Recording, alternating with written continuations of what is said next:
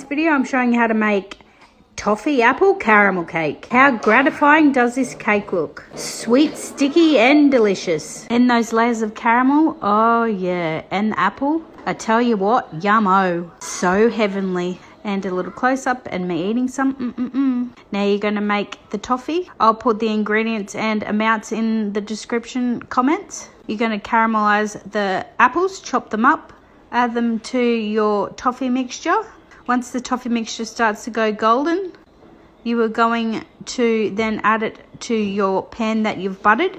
Preheat your oven at 180 degrees and you're going to bake for 30 minutes. Once apples are done, add them to the pan. Depending on the cake size of your tin, you can add 1 or 2 cans of condensed milk on top. Sifting the flour, adding the sugar, vanilla all in one bowl. Adding the eggs, the oil, the salt, and the milk.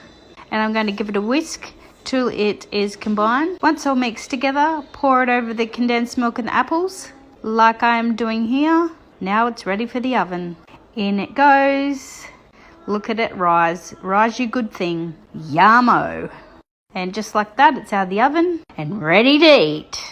Now I'm just going to let it cool, cut around the edge, turn it over onto a plate, and voila, check it out. Enjoy.